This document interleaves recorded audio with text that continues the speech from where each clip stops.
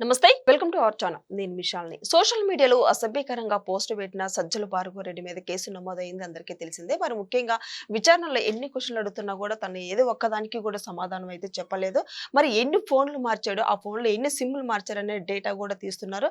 అన్ని తీసే కొద్ది వెలుగులోకి అయితే నిజాలు వెలుగులోకి వస్తున్నాయి. మరి ముఖ్యంగా విజయసాయి రెడ్డి అయితే రాజకీయాలకు రాజీనామా చేసిన తర్వాత నేను మళ్ళీ రాజకీయాల్లోకి వస్తాను, నేను సోషల్ మీడియాలో ఛానల్స్ పెడతాను అంటూ తను వేయాలో తను వ్యాఖ్యలు అయితే చేస్తున్నారు. మొత్తానికి కూటమి ప్రభుత్వం మీద వీళ్ళు దుమ్మెత్తిపోయడానికి ఎన్నో ప్రయత్నాలు అయితే చేస్తున్నారు. దీని మీద పూర్తిగా విశ్లేషించడానికి మనతో పాటు స్టూడియోలో ఉన్నారు ప్రముఖ రాజకీయ సామాజిక విశ్లేషకులు అంకమరావు గారు ఉన్నారు. వారిని అడిగి విషయాలను తెలుసుకునే ప్రయత్నం చేద్దాం. నమస్కారం సార్. నమస్తే అమ్మా. సార్, సజ్జల భార్గవరెడ్డి ఈ విచారణలో ఎన్ని ప్రశ్నలు అడుగుతారో ఒకదానికి కూడా సమాధానం చెప్పట్లేదు. కానీ కాల్ డేటా తీస్తే అన్ని వెలుగులోకి వస్తున్న నేపథ్యంలో ఎన్ని ఫోన్లు మార్చారు, ఎన్ని సిమ్లు మార్చారు అనేది తెలుస్తుంది. మరి మొత్తానికి ఈ కేసుకు సంబంధించి మీరేం చెప్తారు సార్? సమాజం అంటే భయం, కుటుంబం గౌరవం కాపాడాలనే తాపత్రయం. మనం తప్పులు చేస్తే అది మన కుటుంబానికి మనకి వ్యక్తిగతంగా ఇబ్బంది అనే ఆలోచన ఉండి పాపభీతి ఉండేవాళ్ళు తప్పులు ఏదన్నా చేస్తే సరిదిద్దుకోవడానికి ప్రయత్నం చేస్తారు. తప్పులే చేయాలని, మోసాలే చేయాలని, ఎదుటి వాళ్ళ మీద విష ప్రచారం చేయాలని, వ్యక్తిత్వ హననం చేయాలనుకునే ఇలాంటి వాళ్ళు ట్రైనింగ్ చేసుకునే ఈ స్థాయికి వస్తారు. ఒక ఆషామాషిగా ఆ బాధ్యతలు నిర్వహించరు. కాబట్టే వాళ్ళు వైఎస్ఆర్సీపీ పార్టీకి సంబంధించి 5 సంవత్సరాల్లో చేసినటువంటి చాలా కుంభకోణాలకు సంబంధించింది కావచ్చు, ఇలాంటివి సంబంధించింది కావచ్చు, వాళ్ళు ఎక్కువ చేశారు. మిగిలిన వాళ్ళు చేయలేదని నేను అంటలేదు, వేరే పార్టీ వాళ్ళు చేయలేదని నేను అంటలా. వీళ్ళు ఎక్కువ చేశారు. కొంచెం వ్యక్తిగతంగా మహిళల్ని, అలాగే వ్యక్తిత్వ దూషణకి, వాళ్ళ వ్యక్తిత్వ హననానికి పాల్పడ్డారు. దానికి వింగులేట ఎవరున్నారంటే ఈ సజ్జల భార్గవరెడ్డి. ఇతని ఆధ్వర్యంలోనే 130 మంది పనిచేశారని, ఇప్పుడు అతన్ని రమారమ్మి 300 ప్రశ్నల దాకా సంధిస్తే రెండింటికి కూడా సరిగ్గా సమాధానం చెప్పలేదు. నాకు తెలియదు, గుర్తులేదు, మర్చిపోయాను, నాకేం సంబంధం లేదు. మరి ఏ సంబంధం లేకుండానే 130 మందిని ఎలా అతను పెట్టుకొని పనిచేయించాడు? అలాగే వాళ్ళకి జీతపత్యాలు కావచ్చు, వాళ్ళకి ఇవ్వాల్సినటువంటి సదుపాయాల గురించి కావచ్చు, మరి ఈ కార్యక్రమాలు నిర్వహించడానికి తీసుకున్నటువంటి పరికరాల గురించి కావచ్చు, వాటికి వెచ్చించిన విధానం గురించి కావచ్చు, ఎక్కడికి నీకు ఎవరిచ్చారు, ఎవరు చెబితే నువ్వు చేసావా లేదా సొంతంగా నువ్వు ఏమైనా చేసావా అని అడిగితే ఇప్పటివరకు సమాధానాలు లేవు. మరి ఇవన్నీ అతనికి ఎక్కడ సమకూరినాయో చెప్పాలి కదా. 5 సంవత్సరాలు 130 మందికి జీతబత్యాలు ఇవ్వడం అంటే మామూలు విషయం కాదు కదా. తక్కువ 20,000 కాడికి వేసుకున్నా కూడా ఎంత ఇవ్వాలో మనం అందరం చూస్తూనే ఉన్నాం కదా. మరి ఇన్ని విషయాలు అక్కడ ఉన్న తర్వాత మరి అతను ఏమి సమాధానం చెప్పకుండా, అంటే మౌనంగా ఉంటే తను తప్పు తెలుసుకున్నట్టేనా సార్? ఇంకా మౌనంగా ఉంటే తప్పును అంగీకరించినట్లే ఇక్కడ గమనించుకోవాలి. ఆ వాళ్ళకి న్యాయస్థానాలు వెలుసుబాటిస్తూ ఉన్నాయి. మధ్యలో ఇతని విషయం వచ్చేసరికి కొంచెం న్యాయస్థానం చాలా తీవ్రంగానే పరిగణించాలని చెప్పి రేపు పొద్దున తీర్పు, దాదాపు ఇవాళే తీర్పు రాబోతుంది అతనికి సంబంధించింది. మరి న్యాయస్థానమే అసహనం వ్యక్తం చేసి పోలీసుల్ని హెచ్చరించింది అంటే వాళ్ళ వ్యాఖ్యలు కావచ్చు, వాళ్ళ రాతలు కావచ్చు, వాళ్ళు చిత్రీకరించిన విధానం కావచ్చు, ఎంత జగుస్పాకరంగా ఉందో దీన్ని బట్టి అర్థం చేసుకోవచ్చు కదా మనం. కాబట్టి సజ్జల భార్గవరెడ్డి అనే వ్యక్తి అధికారాన్ని అడ్డం పెట్టుకొని ప్రతిపక్షం మీద, ఆ రోజు అధికారం లేనిమే, అంతకుముందు అధికారంలో ఉన్న తెలుగుదేశం కూటమి మీద, తర్వాత 2019 నుంచి 2024 వరకు ప్రతిపక్షంగా ఉన్నటువంటి తెలుగుదేశం మీద, వాళ్ళు చంద్రబాబు నాయుడు గారి మీద, కుటుంబ సభ్యుల మీద ఏ విధంగా దాడులు చేశారో, ఏ విధంగా చిత్రీకరించారో, అసభ్య పదజాలంతో ఏ విధంగా వ్రాతలు రాశారో ఇవన్నీ చూసిన తర్వాత ఎప్పుడైతే అధికారం కోల్పోయారో అతను ఆ బాధ్యతని తప్పుకున్నాడు. అంటే ఎందుకని? వాళ్ళు చర్యలు తీసుకుంటారని. 5 సంవత్సరాల్లో మనం ఏం చేసామో తెలుసు కాబట్టి, మనం ఎంత ఘోరంగా ప్రవర్తించామో వాళ్ళకి తెలుసు కాబట్టి వీళ్ళు అధికారంలోకి వచ్చారు, దానికి 2 ప్రతీకారం తీర్చుకుంటారని వాళ్ళు భావించారు. కానీ ఈ కూటమి ప్రభుత్వం పెట్టుబడుల మీద పెట్టిన దృష్టి వీళ్ళ మీద పెట్టలేదు.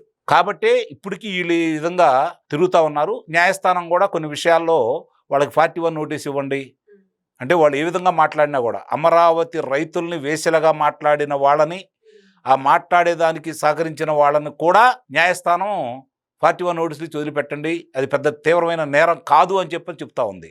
మరి తీవ్రమైన నేరాలు ఏంటో చెప్తే వీళ్ళ వరకే మీరు చర్యలు తీసుకున్నానంటే అప్పుడు ప్రభుత్వం ఏదన్నా కాదని చర్యలు తీసుకుంటే న్యాయస్థానం కూడా తప్పు పట్టాలా. న్యాయస్థానం చెప్పదు, మళ్ళీ న్యాయస్థానమే మాట్లాడుతూ ఉంటుంది. అంటే వాళ్ళు మాట్లాడిందే మనం మాట్లాడతాం, ప్రత్యేకంగా మనం వేరే ఉద్దేశంతో ఏం కాదు. ఎందుకంటే ఎందుకు విచ్చలవిడిగా వీళ్ళు ఈ విధంగా ప్రవర్తిస్తున్నారనే దానికి నేను చెబుతున్న విధానం ఇది. న్యాయస్థానం కనుక దీనికంటూ ఇదిగో ఈ నియమ నిబంధనలు ఉన్నాయి, ఈ దాటిన వాళ్ళకి శిక్షలు పడతాయి అని చెప్పని 2-3 గనక శిక్షలు వేయగలిగితే అప్పుడు ఆ పరిధి దాటిన వాళ్ళ మీద వీళ్ళు అభియోగం మోపి, ఇదిగో వీళ్ళు పరిధి దాటారు, అని చెప్పని న్యాయస్థానం ముందు పెడతారు. న్యాయస్థానం శిక్షలేస్తుంది. న్యాయస్థానమే కోపడుతుంది. న్యాయమూర్తుల మీద అన్నవాళ్ళని పట్టుకోమని అంటది, ఎన్నాలో పట్టిద్దని అంటది, చివరికి సిబిఐకి అప్పచెప్పిద్ది. కానీ వేరే ముఖ్యమంత్రి గారి మీద మాట్లాడిన దానికి కూడా మామూలుగా న్యాయస్థానం తీవ్రంగా పరిగణించింది కదా. మరి చర్యలేవి? అది ఇప్పుడు ప్రజలు అదే అడుగుతున్నారు సార్, ఎందుకు చర్యలు అదే తీసుకోవాలి? కదా, అది న్యాయస్థానం కదా తీసుకోవాల్సింది. ఇప్పుడు పోలీసులు కనుక ఏదన్నా తీవ్రమైన చర్యలు తీసుకుంటా ఉంటే మళ్ళీ న్యాయస్థానం వాళ్ళని మందలిచ్చిద్ది. మనం చూసాం కదా. ఇట్లాంటివన్నీ కూడా జరిగేటప్పుడే వాళ్ళకి కాళ్ళు ఇచ్చినట్టయితే అయితే నేను భావిస్తున్నాను. ఇక విజయసాయి రెడ్డి మొన్న చంద్రబాబు నాయుడు గారి గురించి మాట్లాడింది చాలా అభ్యంతరకరం. అందుట్లో అనుమానం ఏం లేదు. అతని వయసు చంద్రబాబు నాయుడు గారి కంటే ఏదైనా 20 సంవత్సరాలు తక్కువ వాడైతే మాట్లాడాలి. మరి ఈ రోజుకి చంద్రబాబు నాయుడు గారు 75 సంవత్సరాలు పూర్తి చేసుకొని కూడా నవ యువకుడిలా ఆయన అంత ఉత్సాహంగా తిరుగుతున్నాడు. పొద్దునపూట ఒక ప్రాంతం, మధ్యాహ్నం ఒక ప్రాంతం, సాయంత్రం ఒక ప్రాంతం పర్యటన చేసుకుంటూ, ఆ తర్వాత అధికారులతో సమీక్షలు నిర్వహించుకుంటూ, రోజుకు 18 గంటలు పనిచేస్తూ 3-4 గంటలు నిలబడే ఆయన మాట్లాడుతూ ఉన్నాడు. లేదంటే 5-6 గంటలు కూర్చొనే సమీక్షలు నిర్వహిస్తూ ఉన్నాడు. మరి ఆయన ఓపిక గురించి, ఆయన వయసు గురించి ఈయన మాట్లాడుతుంటే దెయ్యాలు వేదాలు ఒలిస్తున్న సందర్భంగా ఉన్నాయి. ఇక ఆయన చాలా విషయాలు మాట్లాడాడు. ఈయన ఎన్నాళ్ళు బ్రతుకుతాడు, ఒక్కడే కదా కుమారుడు, నీకు ఒక్కతే కదా కుమార్తె, ఆయనకు ఒకడే కుమారుడు, మరి నీకు ఎందుకు తాపత్రయం, ఇంటికాడ కూర్చోవచ్చు కదా, ఎందుకు నువ్వు మళ్ళీ సోషల్ మీడియాలో మళ్ళీ ఛానల్స్ పెట్టాలని నువ్వు ఎందుకు భావిస్తున్నావు, మళ్ళీ రాజకీయ పార్టీ పెట్టాలని నువ్వు ఎందుకు భావిస్తున్నావు, నీ వయసు ఏంటి, నువ్వేమన్నా యువకుడువా, వ్యవసాయం చేసుకుంటా అన్నాడు. వ్యవసాయం చేసుకోవచ్చు కదా, మట్టి బిసుక్కోవచ్చు కదా, మళ్ళీ నీకు ఈ కంపులు ఎందుకు? నీ మీద ఆయన వ్యక్తిగతంగా కక్ష పెట్టుకున్నాడా? నువ్వు 5వ ముద్దాయివి. వాస్తవంగా నువ్వు 1వ ముద్దాయిగా నిన్ను పెట్టాలి. ఇక్కడ స్కామ్లో మొట్టమొదటి ముద్దాయివి నువ్వు. ఎందుకంటే నువ్వు పాలసీని తయారు చేసింది నువ్వు, పాలసీలు రూపకల్పన నువ్వు, దాన్ని ఏ విధంగా చేయాలనే దానికి వాళ్ళకి పెట్టుబడులు పెట్టడానికి నీ అల్లుడు అన్న సంస్థ నుంచి, అరబిందో సంస్థ నుంచి 100 కోట్ల రూపాయల రుణాలు ఇప్పించింది నువ్వు. ఈరోజు నాకేం సంబంధం లేదంటే అసలు ఆ పాలసీ ఏ విధమైంది? అసలు ఆ పాలసీ ఎవరు తయారు చేయాలి? మంత్రి గారు చేయాలా, లేకపోతే ముఖ్యమంత్రి గారు చేయాలా, మంత్రివర్గం తీర్మానం చేయాలా, లేకపోతే ఆ శాఖ కార్యదర్శి వాళ్ళ కార్యాలయంలో చేయాలా?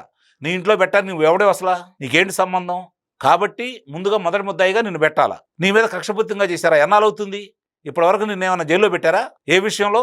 మరి ఆ రోజు నువ్వు పింక్ డైమండ్ గురించి మాట్లాడింది నువ్వే కదా, దాని గురించి ఏమన్నా ఇప్పటివరకు నీ మీద చర్యలు తీసుకున్నారా? పింక్ డైమండ్ లేదని చెప్పని మళ్ళీ ప్రధాన అర్చకులు చెప్పారు, ఈవో చెప్పాడు కదా ధర్మారెడ్డి, మరి నీ మీద దాని మీద చర్యలు తీసుకోవచ్చు కదా, నీ మీద ఏమైనా చర్యలు తీసుకున్నారా? అంతకుముందు విషపరాతలు చాలా రాశావు కదా, వివేకానంద హత్యకి మొట్టమొదట ఇది మామూలుగా గుండెపోటు అని చెప్పింది నువ్వే కదా. ఇదే తప్పులు చేసిన కూటమి ప్రభుత్వం ప్రజలు అడుగుతుంది. మరి ఇవన్నీ కూడా నువ్వు చేసితే నీ మీద ఎలాంటి కక్షాదింపు చర్యలు తీసుకోకుండా, నిన్ను జైల్లో పెట్టకుండా, నిన్ను కొలబడవకుండా ఈరోజు నిన్ను వదిలేసినందుకు ఈరోజు ఒళ్ళు బలిసి నువ్వు ఏ విధంగా మాట్లాడుతున్నావో చూస్తూ ఉంటే సాటి ఆంధ్రుడిగా కడుపు మండిపోతా ఉంది. చంద్రబాబు నాయుడు గారి వయసు గురించి మాట్లాడుతున్నావా? పరిపాలన పరంగా తప్పులేదని ఉంటే మాట్లాడు. నిస్సందేహంగా దాని గురించి నువ్వు మాట్లాడాలా, హక్కు నీకు ఉంది. 2 సార్లు రాజ్యసభ సభ్యుడిగా చేసిన నీకు హక్కు ఉంది, కాదని నేను అంటలేదు. కానీ అబండాలు వేస్తూ ఇంకా జగన్మోహన్ రెడ్డి చేసిన దోపిడీకి సహకరించాలని, జగన్మోహన్ రెడ్డి మంచివాడిగా చిత్రీకరించాలని, జగన్మోహన్ రెడ్డి ఏ తప్పు చేయలేదు, చుట్టూ ఉండవాడే తప్పు చేశారని చెప్పని ఆలోచనతోటి అది ప్రజల్లో కూడా నమ్మాలని చెప్పి, నమ్మించాలని చెప్పి నువ్వు చేస్తున్న ప్రయత్నాల భాగం ఎవరికి తెలియదు అనుకుంటున్నావు? ఇప్పటికైనా కూటమి ప్రభుత్వం, చంద్రబాబు నాయుడు గారు అంటే చంద్రబాబు నాయుడు గారికి రోషం రాగలేకపోవచ్చు, కానీ ముఖ్యమంత్రిగా ఆయన ఇంత ఉదాసీనంగా ఉండడం కూడా మంచి పద్ధతి అయితే కాదు. మిగిలిన వాళ్ళందరూ ఏం చేస్తున్నారు? దీని మీద ఇప్పటివరకు నీ మీద ఎవరు ఎందుకు ఫిర్యాదు చేయలేదు? ఏం జరుగుతుంది? ఈరోజు ప్రజలు నీకంటే కూడా కూటమి ప్రభుత్వం మీదే కోపంగా ఉన్నారు. ఇది గమనించుకోవాలి. నీ పాపం పడింది కాబట్టే ఈరోజు ఈడీ వాళ్ళు ఎలాంటి ఆధారాలు లేకుండా ఈడీ రాదు. మనం చాలా ఉదంతాలు చూసాం, చాలా కుంభకోణాల గురించి చూసాం. ఆ తర్వాత వాళ్ళకున్న అధికారాన్ని అడ్డం పెట్టుకోను, వాళ్ళకున్న పలుకుబడిని అడ్డం పెట్టుకోను, వాళ్ళకున్న డబ్బును అడ్డం పెట్టుకోను కొన్నాళ్ళు కాలయాపన చేయొచ్చు, కొన్నాళ్ళు తప్పించుకోవచ్చు. కానీ ఈడీ ఆధారాలు ఉంటేనే ఎంటర్ అవుతారు వాళ్ళు. కాబట్టి నిర్దిష్టమైన ఆధారాలు ఉన్నాయి. 3,500 కోట్ల రూపాయలకు సంబంధించి వాటి మీద ఆధారాలు ఉన్నాయి. నువ్వు ఈ పాలసీని తయారు చేసేటప్పుడు ఎవరితో కూర్చొని మాట్లాడుకున్నావు, ఎలా చేసావు, నువ్వు అధికారంలో ఉండి ఉత్తరాంధ్ర ఇన్ఛార్జిగా ఉన్నప్పటి వరకు నీ ప్రమేయం ఏంటి, నువ్వు ఇచ్చిన సలహాలు ఏంటి, ఇవన్నీ కూడా వాళ్ళ దగ్గర ఉండవు. కాబట్టి డబ్బులు మార్పిడి దాంట్లో అప్పటి వరకు నువ్వే చూసుకునేవాడు. ఆ తర్వాత బాలాజీ గోవిందప్ప చూసుకున్నాడు.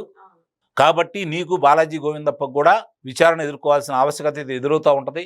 ఆయన ఇష్టారీతిగా మాట్లాడావు. నెలకు 5,000 కోట్ల రూపాయలు కుంభకోణం జరిగింది అన్నావు. నువ్వు నిరూపించడానికి ముందుకెళ్ళు. ఆ రోజు పింక్ డైమండ్ నువ్వు నిరూపించలేకపోయావు. మామూలుగా ఇన్సైడ్ ట్రేడింగ్ గురించి నువ్వు నిరూపించలేకపోయారు. మరి ఏమీ మీరు నిరూపించలేక చేతులు ఎత్తేసారు. ఈరోజు ఏదో నిరూపిస్తామని చెప్పని మీరు మాట్లాడుతూ ఉంటే దెయ్యాలు వేదాలు వలించినట్టుగా ఉంది. నీ వయసుకు తగ్గట్టుగా ఈరోజు విశ్రాంతి తీసుకోవాలనుకున్నావు, ప్రశాంతంగా విశ్రాంతి తీసుకో, రాజకీయాలకు వదిలేయాలనుకున్నావు, వదిలేస్తే మంచి అడిగి ఉండేవాడివి. వాళ్ళు చేసిన అరాచకాలు తట్టుకోలేక నువ్వు ప్రశాంతంగా బయటకు వచ్చావని చెప్పి మేము కూడా భావించే ఉండేవాళ్ళం. కానీ ఇప్పుడు కూడా మద్యం కుంభకోణంలో నువ్వు జగన్మోహన్ రెడ్డి రక్షించే క్రమంలో చంద్రబాబు నాయుడు గారి మీద బురద జల్లాలని నువ్వు ప్రయత్నం చేస్తున్నావు. ఆయన మీద బురద జల్లాలని నువ్వు ప్రయత్నం చేస్తే నీ మీద యాసిడ్ పడిద్దనే విషయాన్ని నువ్వు మర్చిపోవద్దని చెప్పి అయితే నేను విజయసాయి రెడ్డిని హెచ్చరిస్తా ఉన్నాను. Okay, thank you sir.